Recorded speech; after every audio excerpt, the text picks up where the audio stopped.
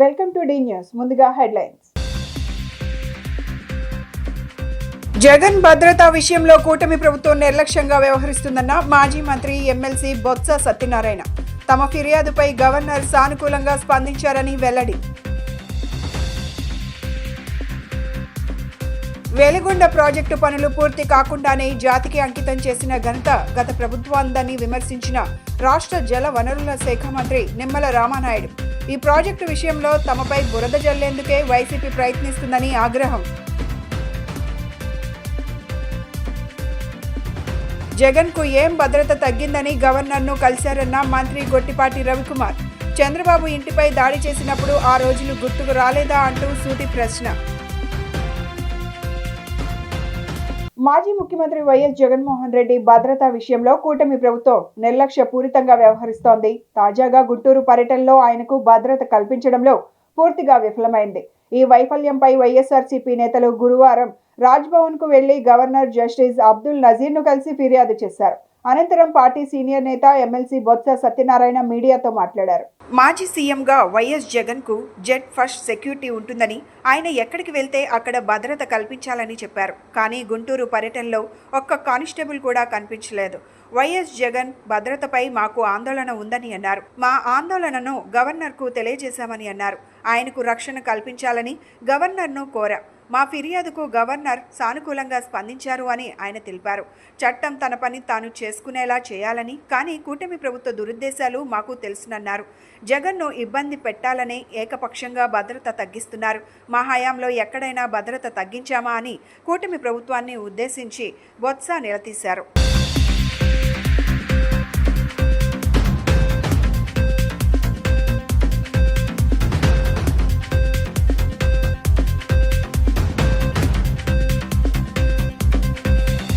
Governor గారిని మా party తరఫున అందరం కలిసి నోటిఫికేషన్ కలవడం జరిగింది. కారణం, నిన్నటి రోజున మా పార్టీ అధ్యక్షులు మాజీ ముఖ్యమంత్రి గారు జగన్మోహన్ రెడ్డి గారు గుంటూరులో మిర్చియార్డుకి పోయి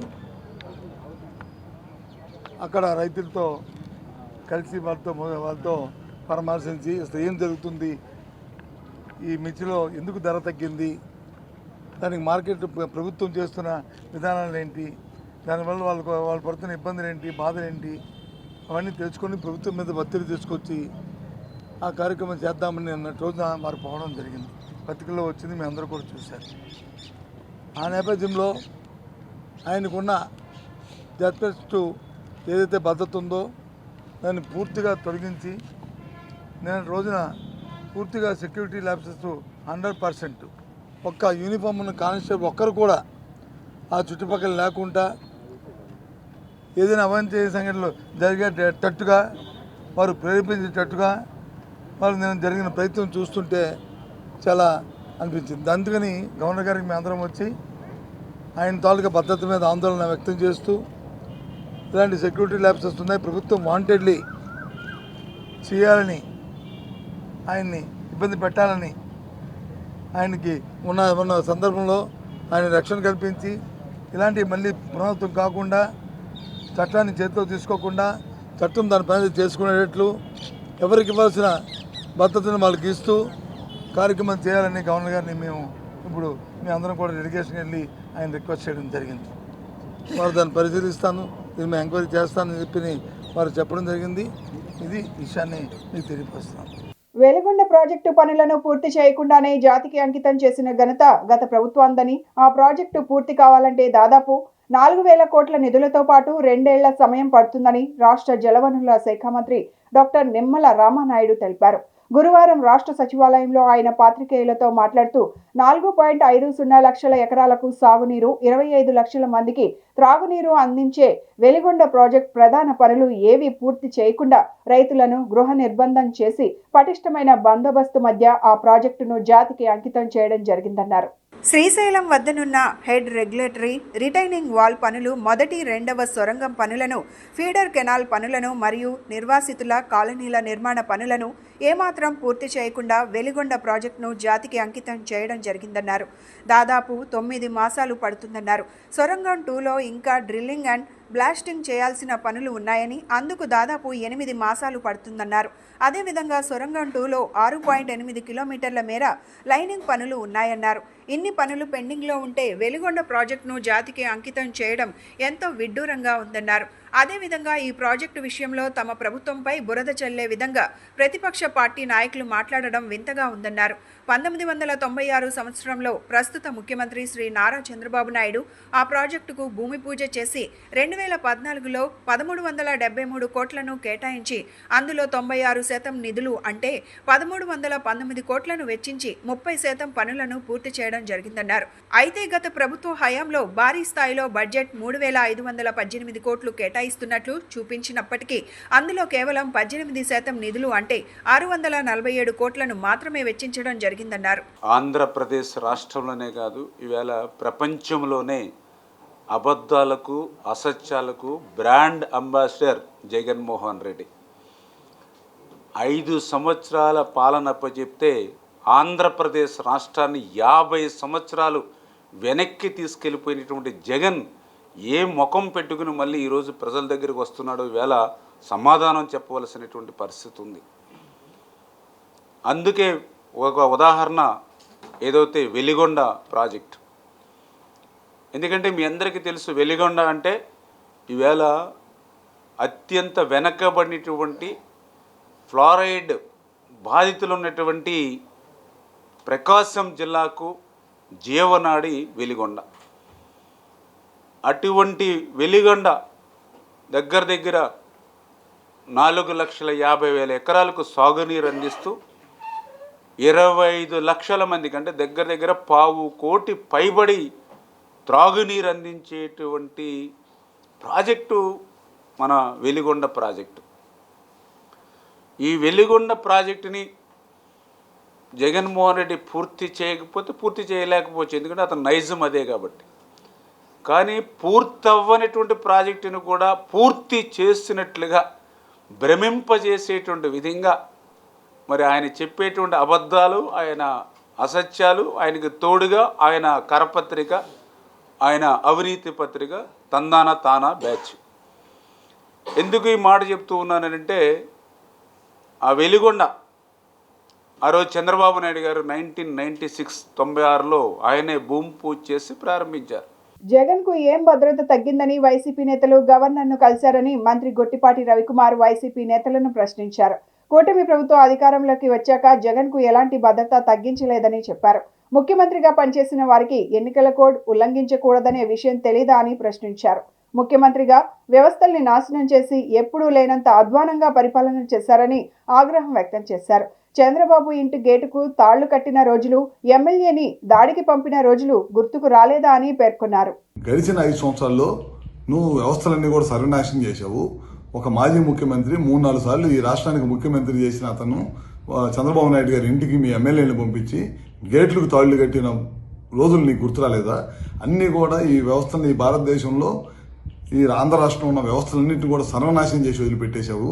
మొత్తం కూడా రాజకీయ లబ్ధి కోసం గడిచిన 5 సంవత్సరాల్లో మా కార్యకర్తలను కానీ లేకపోతే మా నాయకులను కానీ ఎవరిని కూడా బయటికి రానికుండా కేసులు పెట్టడం అన్నీ కూడా చేసి వ్యవస్థలన్నీ కూడా నాశనం చేసి వదిలిపెట్టావు. ఈ భారతదేశంలో ఈ స్వతంత్రం వచ్చిన తర్వాత ఏ రాష్ట్ర ముఖ్యమంత్రి పరిపాలించలేనంత అధ్వానంగా గడిచిన 5 సంవత్సరాలు నీ పరిపాలన ఉంది. అందుకే ప్రజలు కూడా నీకు 11 సీట్లకు పరిమితం చేశారు. ఇప్పటికైనా నువ్వు ఒకసారి ఇంట్లో కూర్చొని ఆత్మ పరిశీలన చేసుకో. గడిచిన 5 సంవత్సరాలు ఏ విధంగా మనం పనిచేశాము, ఎందుకు ప్రజలు ఈ తీర్పిచ్చారనేది చేసుకోవాల్సిన అవసరం ఉంది. మళ్ళీ వాళ్ళ నిన్న కోడ్లో నువ్వు బయటకు వచ్చావు. ఒక ముఖ్యమంత్రిగా పనిచేసిన వాడివి కోడ్లో వెళ్ళకూడదనే విషయాన్ని నీకు తెలీదా? అది కూడా తెలియకుండా నువ్వు ముఖ్యమంత్రిగా ఏ విధంగా పనిచేసావు? మిర్చి రైతుల గురించి వాళ్ళు నువ్వు మాట్లాడే అర్హత ఎక్కడ ఉంది నీకు? ఆ రోజు నువ్వే కదా ఎంఎస్పీ రేటు 7,000 రూపాయలు అని చెప్పి ఇచ్చింది. మా టైంలో బ్రహ్మాండంగా ఇవాళ ముఖ్యమంత్రిగా ఢిల్లీ లెటర్ రాయటం కానీ ఇంకా మంచి రేటు రావాలని చెప్పి ఇవాళ ముఖ్యమంత్రి గారు లెటర్ రాస్తున్నారు. ఆ రోజు తుఫాన్ వచ్చిన రోజు నువ్వు ఏ విధంగా రైతులను పరిశీలించావు? పరామర్శకు వచ్చి నీకు గ్రీన్ కార్పెట్ వేసుకొని గ్రీన్ కార్పెట్ మీద బెంచ్ కట్టుకొని బెంచ్ మీద నుంచొని రైతులను పరామర్శించిన ముఖ్యమంత్రి ఎవరన్నా ఉన్నాడు ఈ దేశంలో అంటే నువ్వే. ఆ రోజు అపోజిషన్ లీడర్గా ఉండి రైతుల తరపున పోరాడిన వ్యక్తి ఎవరన్నా ఉన్నాయంటే అది మా చంద్రబాబు నాయుడు గారు. పొలాల్లో దిగి రైతులను పరామర్శించి ఒక రైతు కన్నీళ్లు పెట్టుకుంటే ఆ రోజు జేబులో డబ్బులు 2 లక్షల రూపాయలు ఉంటే ఇమీడియట్గా తీసి ఆ రైతులకు సహాయం చేసిన గొప్ప గుణం చంద్రబాబు నాయుడు గారిది. ఇవాళ నువ్వు అన్నీ కూడా మోసపూర్వమైన పనులు చేయటం, నాకు సెక్యూరిటీ అబద్ధపు హామీలు, అబద్ధపు మాటలు, పొద్దున్న లేచిన దగ్గర నుంచి ప్రభుత్వ పనితీరు మీద బురదేయటం తప్పక నువ్వు చేసింది ఏమన్నా ఉందా అని చెప్పి మరొకసారి తెలియజేసుకుంటూ, ఇంకా నువ్వు ఆత్మపరిశీలన చేసుకోవాలి. నువ్వు సంవత్సరం అయిన తర్వాత కూడా నువ్వు ఇంకా నీ బుద్ధి మారలేదు, ఇంకా నువ్వు పాత బుద్ధిలోనే ఉండవు, ఇంకా పాత టైప్లోనే ఉండవు, అబద్ధపు మాటలు చెప్పి ప్రజల్ని తప్పుదోవ పట్టించాలనే మార్గంలో ఉన్నావు. ఖచ్చితంగా మేము ఏదైతే చెప్పాము ఎలక్షన్ ముందు ఇచ్చిన హామీలన్నీ కూడా నెరవేరుస్తాం. వర్షాలు పడినప్పుడు రోడ్డు మీద నీరు నిల్వ ఉండకుండా ఉండేందుకు నగరంలో నిరంతరం డీసిల్టింగ్ ప్రక్రియ జరుగుతూ ఉండాలని విజయవాడ నగరపాలక సంస్థ కమిషనర్ ధ్యానచంద్ర అన్నారు. గురువారం ఉదయం తన పర్యటనలో భాగంగా Indira Gandhi municipal corporation stadium road, Autonagar garbage transfer station, Koneru Sridhar వీధి, గురునానక్ కాలనీ, ఆంధ్రాలయాల కాలేజ్ రోడ్ పర్యటించి క్షేత్రస్థాయిలో పరిశీలించారు. ఈ సందర్భంగా కమిషనర్ మాట్లాడుతూ నగరంలో డీసిల్టింగ్ పనులు ఖచ్చితంగా జరుగుతూ ఉండాలని, వర్షాలు పడినప్పుడు నగరంలో రోడ్లపైన ఎక్కడా నీటి నిల్వలు ఉండకుండా సైడ్ కాలువల్లో నీటి ప్రవాహం వెళ్లేటందుకు వీలుగా ఉండాలని, దానికి ముందస్తుగా మైనర్, మీడియం, మేజర్ డ్రైన్లలో డీసిల్టింగ్ పనులు చేస్తూ నిరంతరం కాలువల్లో పూడికలు తీస్తూ ఉండాలని అధికారులను ఆదేశించారు.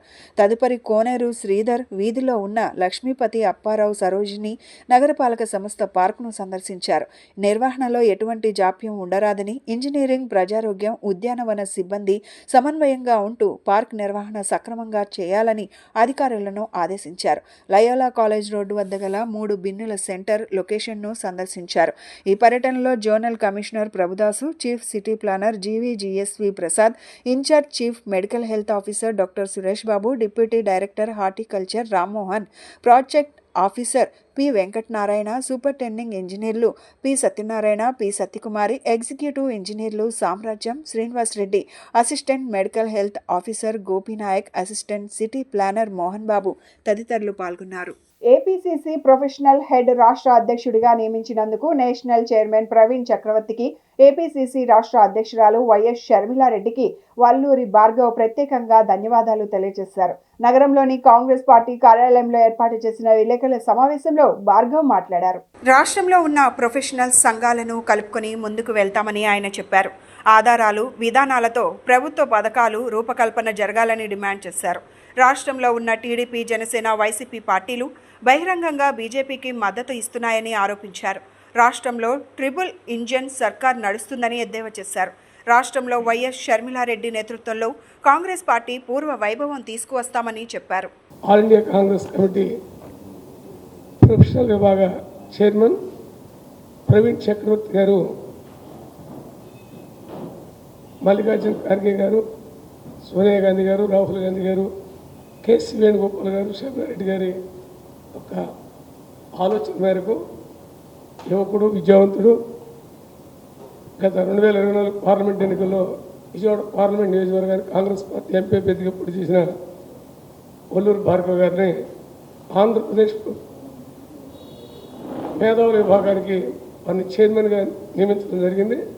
ఈ సందర్భంగా ఏఐసిసి వారికి, అలాగే ప్రదేశ్ కాంగ్రెస్ కమిటీ వారికి ముందుగా ధన్యవాదాలు తెలియజేస్తూ, ఈరోజు ఈ all India Congress professionals state హెడ్గా నియమించి షర్మిలారెడ్డి గారు, మా పార్టీ ప్రెసిడెంట్ గారు, అలాగే ప్రవీణ్ చక్రవర్తి గారు, all India Congress professional Congress Praveen Chakravarthy గారు చైర్మన్ ఆఫ్ ఇండియా, ఆయన స్టేట్ విభాగం హెడ్గా నన్ను నియమించినందుకు నాకు చాలా సంతోషంగా ఉంది. మాకు ముఖ్య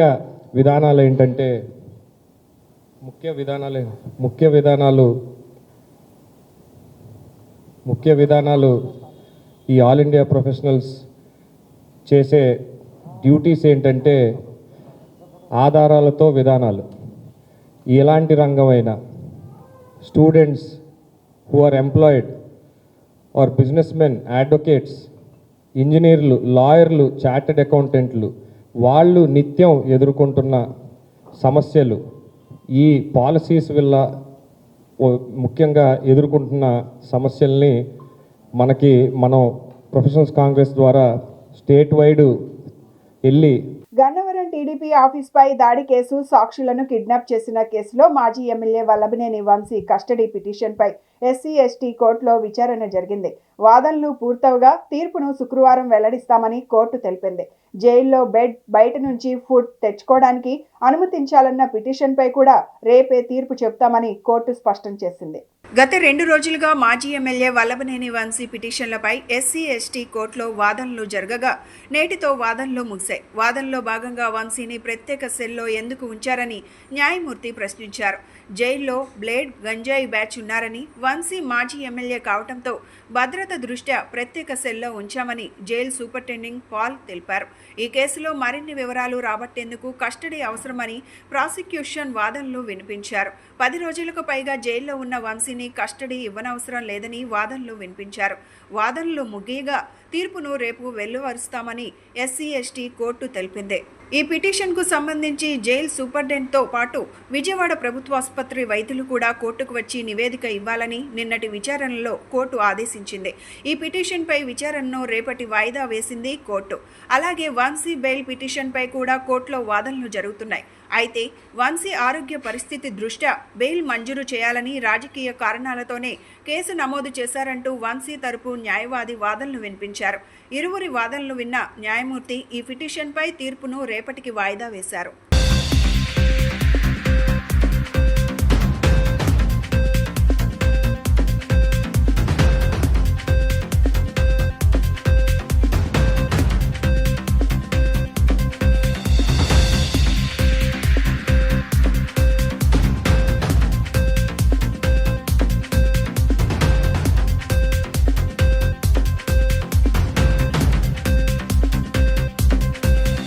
రాష్ట్రంలో గత ప్రభుత్వ కాలంలో అదానీ గ్రీన్ ఎనర్జీ నుండి 7,000 మెగావాట్ల విద్యుత్ కొనుగోలు నిమిత్తం సెకీతో జరిగిన విద్యుత్ ఒప్పందాలను కూటమి ప్రభుత్వం వెంటనే బహిర్గతం చేయాలని విజయవాడ ట్యాక్స్ పేయర్స్ అసోసియేషన్ విద్యుత్ వినియోగదారుల ఐక్య వేదిక డిమాండ్ చేసింది.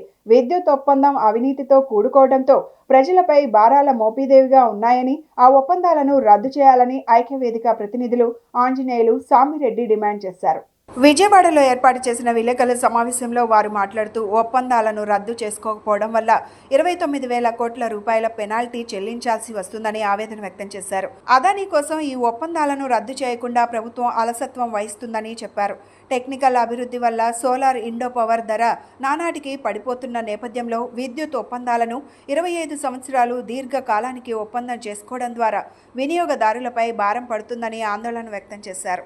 మన రాష్ట్రంలో గత ప్రభుత్వ హయాంలో అదానీ గ్రీన్ ఎనర్జీస్ నుంచి 7,000 మెగావాట్ల విద్యుత్తుని కొనడానికి సెకీతో ఒప్పందం చేసుకున్నారు. ఈ ఒప్పందం అవినీతితో కూడుకున్నటువంటిది, దీన్ని రద్దు చేయాలి అని చెప్పని విద్యుత్ వినియోగదారుల ఐక్య వేదికగా మేము దాన్ని డిమాండ్ చేసాం. మేమే కాదు, రాష్ట్రంలో చాలామంది డిమాండ్ చేస్తున్నారు, రాజకీయ పార్టీలు డిమాండ్ చేస్తున్నాయి. ఇక్కడే కాదు, పార్లమెంట్లో కూడా ఈ విషయం మీద స్పందించినటువంటి విషయం తెలిసింది. అయితే ఈ మధ్యకాలంలో జరుగుతున్నటువంటి ప్రచారం ఏమిటంటే, ఒకవేళ ఈ ఒప్పందాన్ని కనుక ఇప్పుడు రద్దు చేసుకుంటే 2,900 కోట్ల రూపాయల దాకా పెనాల్టీ కట్టాల్సి వస్తుంది, అందుకనే ఆలోచిస్తున్నాము అని చెప్తున్నారు. కానీ ఇదే ప్రభుత్వ పెద్దలు అంతకుముందు ఎన్నికల ముందు ఆ సందర్భాల్లో చెప్పింది ఏమిటి అని చెప్పానంటే, ప్రజల మీద ఈ ఒప్పందాల వల్ల 1,00,000 కోట్ల రూపాయల భారం పడుతుంది అని చెప్పారు. మనం రాష్ట్రం విడిపోయిన దగ్గర నుంచి కూడా టీడీపీ గవర్నమెంట్ వచ్చినప్పుడు వాళ్ళు అనేక దీర్ఘకాలిక ఒప్పందాలు సోలార్ పవర్ కంపెనీలతో చేసుకోవడం జరిగింది. మేము కూడా ఒకప్పుడు అడిగాం డిపార్ట్మెంట్ని, అడిగితే మీరు కనుక సప్లై చేస్తే యూనిట్కి 10 రూపాయలు ఇస్తామండి అని అన్నారు. సరే, మేము ప్రాజెక్ట్ రిపోర్టు ఇవన్నీ కూడా రెడీ చేసేసి మళ్ళీ ఆ ప్రాజెక్ట్ రిపోర్టు తీసుకెళ్ళడానికి ఒక 6 నెలలు 7 నెలలు టైం పట్టింది. అప్పుడు వెళ్తే ఇప్పుడు 6 రూపాయలే ఇస్తామండి అన్నారు. అంటే ఏంటి, విదిన్ 1 ఇయర్లోనే సగానికి సగం పడిపోయింది. మరి ఆ టైంలో సుమారు 5 రూపాయలు 6 రూపాయల మధ్యన వాళ్ళు 25 సంవత్సరాలకే దీర్ఘకాలిక ఒప్పందాలు చేసుకున్నారు. అగ్ని ప్రమాదం జరగకుండా ఖచ్చితంగా నివారణ భద్రత ఏర్పాట్లు పటిష్టంగా పాటించాలని, లేనిచో అనుమతులు ఇవ్వబడవని నగరపాలక సంస్థ కమిషనర్ ధ్యానచంద్ర స్పష్టం చేశారు. నగరంలో పలు పాఠశాలల్లో, షాపింగ్ మాల్లలో ఏర్పాటు చేసిన ఫైర్ సేఫ్టీని క్షేత్రస్థాయిలో పరిశీలించారు. ప్రమాదం జరిగిన వెంటనే ఫైర్ సేఫ్టీ మెషిన్స్ సరైన పద్ధతిలో వాడుతున్నారా లేదా వంటి విషయాలను పరిశీలించారు. ప్రమాదం జరిగిన వెంటనే భయభ్రాంతుల్లోనికి లోనవ్వకుండా ఎటువంటి చర్యలు తీసుకోవాలి, సిబ్బంది ప్రజలను ఎలా కాపాడాలి వంటి అంశాలపై అక్కడున్న సిబ్బందికి, విద్యార్థులకు అవగాహన కల్పించారు. ఫైర్ ఎగ్జిట్లు ఎన్ని ఉన్నాయి, అన్నీ సక్రమంగా ఉన్నాయా లేదా, అగ్ని ప్రమాద నివారణ చర్యలు పటిష్టంగా పాటిస్తున్నారా లేదా వంటి విషయాలపై క్షుణ్ణంగా ఆరా తీశారు.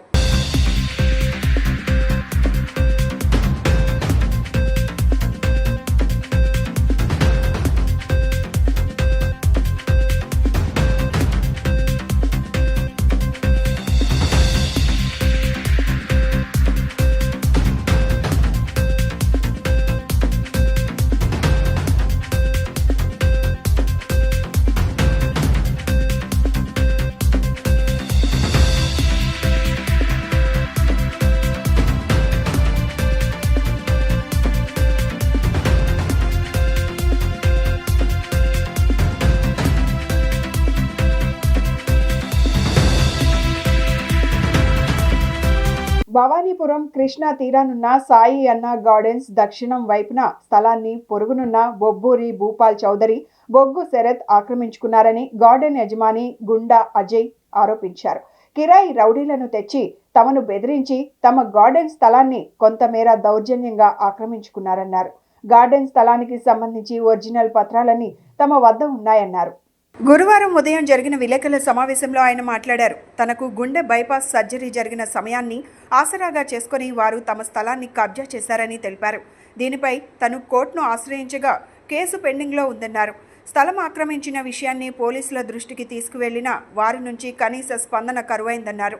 అధికారులు నిజానిజాలు పరిశీలించి తమకు న్యాయం చేయాలని కోరారు. శాటిలైట్ సర్వే నిర్వహించి హద్దులు ఏర్పాటు చేసుకున్నామని, అయితే ఆ ఒప్పందాన్ని తప్పి వారు తమ స్థలంలోకి వచ్చారని చెప్పారు.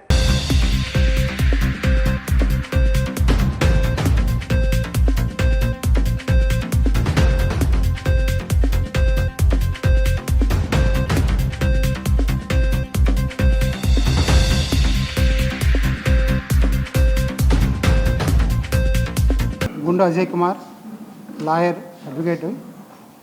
ఈ సాయన్న గార్డెన్స్ కళ్యాణ మండపం నిర్వహణనే ఇది మాదే కట్టి ఈ స్థలం మేము కొని 40 సంవత్సరాలు అయింది. ఈ కళ్యాణ మండపం కట్టి 25 సంవత్సరాలు అయింది. ఇది ఏంటంటే ఇది అందరికీ, పేద ప్రజలకు అందరికీ అందుబాటులో ఉంటుందని చెప్పి తక్కువ అద్దెతో దాన్ని ఇచ్చేస్తున్నాం. మేము అందరికీ అందుబాటులో ఇస్తున్నాము. ఈ ప్రెస్ మీట్ పెట్టడానికి మెయిన్ కారణం ఏంటంటే మాకు ఇక్కడ దక్షిణం వైపు అంటే మేము రేకులు కట్టగా ఇంకా అవతలకి మా స్థలం ఉంది. దాదాపు ఒక 20 అడుగుల స్థలం ఉంది. ఆ పక్కన వాళ్ళు వచ్చి బొబ్బూరు భూపాలని అతను దౌర్జన్యంగా వచ్చి మాదని చెప్పి ఇది చేస్తున్నాడు. అతను అంతకుముందు కూడా ఇచ్చేస్తే సర్వే చేయించాడు, శాటిలైట్ సర్వే చేయించి మాకు అతన్ని ఎంతవరకు ఉందో అతను చూపించారు వాళ్ళు. అక్కడి వరకు సరే మీరు గోడ కట్టుకోండి అని చెప్పి అని కూడా నేను తర్వాత ఊళ్ళో ఉండట్లేదు, తర్వాత వస్తానని చెప్పి తర్వాత మళ్ళీ మా ఇదయిన తర్వాత మళ్ళీ వచ్చి మాదే ఉంది ఇదే అని చెప్పి మళ్ళీ దౌర్జన్యం చేసి కిరాయి రౌడీలతో వచ్చి దౌర్జన్యం చేసి ఆక్రమణ చేసి రేకులు కట్టడం, గోడ ఇచ్చేయడం చేస్తున్నారు. దానికి నేను కోర్టుకి వెళ్ళాను. కోర్టులో కేసు పెండింగ్ ఉంది. అలాగే నేను కాదు, నేను శాటిలైట్ ద్వారా నేను చేయించుకుంటాను. ఈ కొలతలు రావు సరిగ్గా, నాకు ఆ విధంగా అయితే కరెక్ట్గా వచ్చిందని చెప్పి ఆయనే పిలిపించుకున్నాను. శాటిలైట్ ద్వారా నేను చేయించుకున్నానని చెప్పి రావడం జరిగింది. వాళ్ళు సుమారుగా 5 గంటలు ఉండి మొత్తం అంతా సర్వే చేశారు. వాళ్ళు కూడా యథావిధిగా ఈ డాక్యుమెంట్స్ ఏ విధంగా ఉన్నాయో వాళ్ళు కూడా చైన్ లింక్ మొత్తం కూడా ఈ విధంగా ఉంది. ఇక మీరు అవతలకి జరుపుకోండి. తర్వాత అంటే ఆయన చెప్పారు. అప్పుడు చెప్తే నాకు కొన్ని పనుల మీద హైదరాబాద్లో ఇటు వెళ్ళాలని చెప్పి ఈ విధంగా నేను వచ్చాక మాట్లాడుకుందాం, నా విధంగా కట్టుకుందాం. ఎందుకంటే శాటిలైట్ నేను చేయించుకున్నాను కాబట్టి యథావిధిగా నాకు వచ్చింది కాబట్టి ఇంక నేను దాంట్లో ఎదురాను, మీకు ఎటువంటి ఇబ్బంది పెట్టను, నేను ఆ విధంగా చేసుకుందామని చెప్పి ఆ రోజు చెప్పడం జరిగింది. ఉమ్మడి జాబితాలో ఉన్నటువంటి విద్యను కేంద్రీకరణ దిశగా తీసుకువెళ్తూ దేశవ్యాప్తంగా నూతన విద్యా విధానంలో భాగంగా తీసుకొస్తున్న ప్రతిపాదనలు ప్రాథమిక సూత్రాలను ఉల్లంఘించడమేనని భారత ఐక్య విద్యార్థి ఫెడరేషన్ రాష్ట్ర కార్యదర్శి ఉదయ్ కుమార్ చెప్పారు. దేశవ్యాప్తంగా యూనివర్సిటీలలో వైస్ ఛాన్సలర్ నియామకాన్ని కేంద్రీకరించే దిశగా చేసే నిర్ణయం తీసుకోవడం దుర్మార్గమైన చర్య అని పేర్కొన్నారు. నగరంలోని ప్రెస్ క్లబ్లో జరిగిన కార్యక్రమంలో మార్చి 27న చలో ఢిల్లీ కార్యక్రమాన్ని విజయవంతం చేయాలని వారు పోస్టర్లను ఆవిష్కరించారు. ఈ సందర్భంగా ఉదయ్ కుమార్ మాట్లాడుతూ రాజ్యాంగం రాష్ట్రాలకు కల్పించిన హక్కులను కాల రాయటమే అని రాజ్యాంగ హక్కులను హరించే దిశగా యూనివర్సిటీలను కాషాయీకరణ వైపు తీసుకెళ్లడమేనని ఆగ్రహించారు. కేంద్ర ప్రభుత్వం ఏర్పాటు చేసిన ముసాయిదాను విద్యార్థి లోకం తిప్పికొట్టాలని, ఇది ప్రైవేట్ యూనివర్సిటీల ప్రోత్సాహకానికి బ్యూరోక్రాట్లు పరిశ్రమలకు సంబంధించిన వారిని వీసీలుగా నియమించే విధంగా నిబంధనలను సడలింపు చేయటం దుర్మార్గమని ఆవేదన వ్యక్తం చేశారు. దేశంలో భారతీయ జనతా పార్టీ అధికారంలోకి వచ్చిన తర్వాత తీసుకొచ్చిన నూతన జాతీయ విద్యా విధానం ఏదైతే ఉందో అది ప్రజలలో మార్పుకు కానీ ప్రజల విద్యార్థుల తల్లిదండ్రుల అభివృద్ధికి కానీ ఏమాత్రము ఉపయోగపడని నూతన జాతీయ విద్యా విధానాన్ని జాతీయ ప్రభుత్వం ఏదైతే భారతీయ జనతా పార్టీ తక్షణమే ఉపసంహరించుకోవాలని భారత ఐక్య విద్యార్థి ఫెడరేషన్ యూఎస్ఎఫ్ఐగా మేము డిమాండ్ చేస్తూ ఉన్నాం. ఏదైతే 1986లో కొటారి కమిషన్ కేటాయించిందో ఆ యొక్క జాతీయ స్థూల ఉత్పత్తిలో 6% ఉన్నటువంటి బడ్జెట్ను మాత్రమే ఈ యొక్క నూతన జాతీయ విద్యా విధానానికి కూడా ఆ బడ్జెట్ను మాత్రమే కేటాయించడం, భారతీయ జనతా పార్టీ కేటాయించినటువంటి నూతన జాతీయ విద్యా విధానం అనేది సిగ్గుమాలిన చర్య. నేటి పరిస్థితులకు అనుగుణంగా ఇప్పుడున్నటువంటి ఏ టెక్నాలజీని యూనివర్సిటీల్లో అందిపుచ్చుకోవాలంటే రాష్ట్రాలకు అదేవిధంగా దేశానికి సంబంధించినటువంటి ఏదైతే బడ్జెట్ ఉందో జాతీయ స్థూల ఉత్పత్తిలో 10% ఆ యొక్క బడ్జెట్ను పెంచి జాతీయ స్థూల ఉత్పత్తి నుండి 10% ఖచ్చితంగా కేటాయించాలని, అదేవిధంగా రాష్ట్రాల బడ్జెట్ ఏదైతే 30% ఖచ్చితంగా విద్య కోసం ఖర్చు పెట్టాలని కొటారి కమిషన్ సూచించిందో ఇంతవరకు రాష్ట్ర బడ్జెట్లో కానీ జాతీయ బడ్జెట్లో కానీ ఇంతవరకు విద్యకు అట్టి విధంగా బడ్జెట్ కేటాయించలేకపోవడం సిగ్గుమాలిన చర్య. అంతేకాకుండా ఏదైతే శాస్త్రీయ విద్యా విధానంలో అలవర్చాల్సినటువంటి విశ్వవిద్యాలయాల్లో సంస్కృతాన్ని ప్రథమ భాషగా ఆప్షన్గా పెట్టి ఈరోజు సంస్కృతాన్ని జాతీయ శాస్త్రీయ భాషగా నేర్పిస్తున్నటువంటి విషయాన్ని మేము తీవ్రంగా ఖండిస్తున్నాం. ఇది తిరోగమనను సూచిస్తూ ఉంది. మరి తిరిగి పూర్వంలో ఉన్నటువంటి సంస్కృత భాషను నేర్చుకోవడానికే దక్షిణ భారతదేశం మీద ఇటువంటి ప్రయత్నం చేసే ఎత్తుగడగా మేము భావిస్తూ ఉన్నాం. కాబట్టి తక్షణమే ఈ యొక్క నూతన జాతీయ విద్యా విధానం ఉపసంహరించుకోవాలి. కూటమి ప్రభుత్వం నిరుద్యోగులకు ఇచ్చిన హామీలు అమలు చేయకుండా వారిని మోసగించిందని ఏఐవైఎఫ్ నగర కార్యదర్శి భార్గవ్ విమర్శించారు. బాబు షూరిటీ, భవిష్యత్తు గ్యారంటీ అంటూ ఆర్భాటంగా హామీలు ఇచ్చి అధికారంలోకి వచ్చాక నిరుద్యోగులను విస్మరించారన్నారు. 3,25,000 ఉద్యోగాలు ఇస్తామని ప్రకటించారని, నిరుద్యోగ భృతి ఇస్తామని ఇచ్చిన హామీలు ఏమయ్యాయని ప్రశ్నించారు. నిరుద్యోగులకు భృతి ఇస్తామని చెప్పారని, దీనిపై CM Chandrababu, deputy CM Pavan Kalyan స్పందించాలని ఆయన డిమాండ్ చేశారు. రాష్ట్రంలో మహిళలకు రక్షణ కరువైందని ఆందోళన వ్యక్తం చేశారు. ఈ నెల 6 నుండి 9 వరకు శ్రీకాకుళంలో జరిగిన తమ సమావేశాల్లో నిరుద్యోగుల సమస్యలపై చర్చించామన్నారు.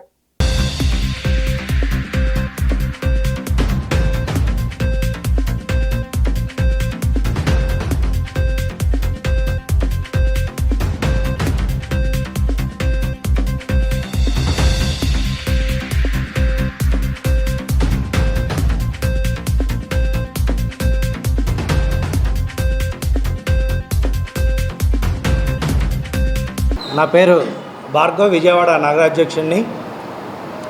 ఇవాళ ఈ నెల శ్రీకాకుళంలో ఏఐవైఎఫ్ రాష్ట్ర 22వ మహాసభల్ని 6వ తారీఖు నుంచి 9వ తారీఖు వరకు జరపడం జరిగింది.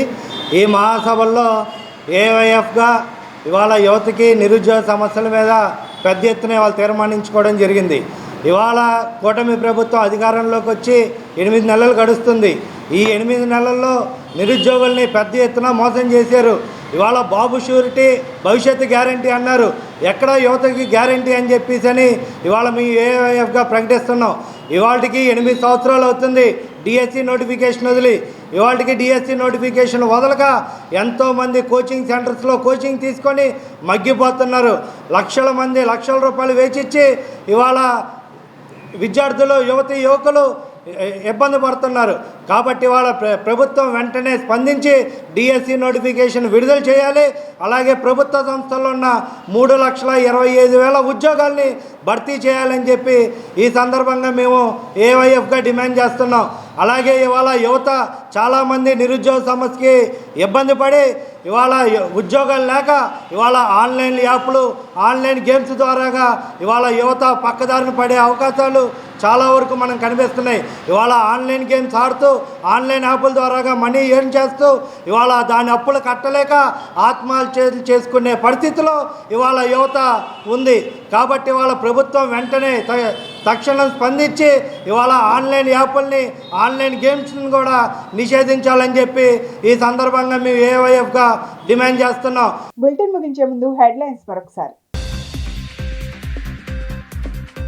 జగన్ భద్రతా విషయంలో కూటమి ప్రభుత్వం నిర్లక్ష్యంగా వ్యవహరిస్తుందన్న మాజీ మంత్రి ఎమ్మెల్సీ బొత్స సత్యనారాయణ.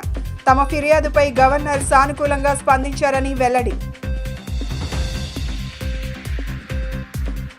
వెలిగొండ ప్రాజెక్టు పనులు పూర్తి కాకుండానే జాతికి అంకితం చేసిన ఘనత గత ప్రభుత్వాందని విమర్శించిన రాష్ట్ర జల వనరుల శాఖ మంత్రి నిమ్మల రామానాయుడు. ఈ ప్రాజెక్టు విషయంలో తమపై బురద జల్లేందుకే వైసీపీ ప్రయత్నిస్తుందని ఆగ్రహం. జగన్కు ఏం భద్రత తగ్గిందని గవర్నర్ను కలిశారన్న మంత్రి గొట్టిపాటి రవికుమార్. చంద్రబాబు ఇంటిపై దాడి చేసినప్పుడు ఆ రోజులు గుర్తుకు రాలేదా అంటూ సూటి ప్రశ్న. ఇవి ఈనాటి bulletin updates. Keep watching the news.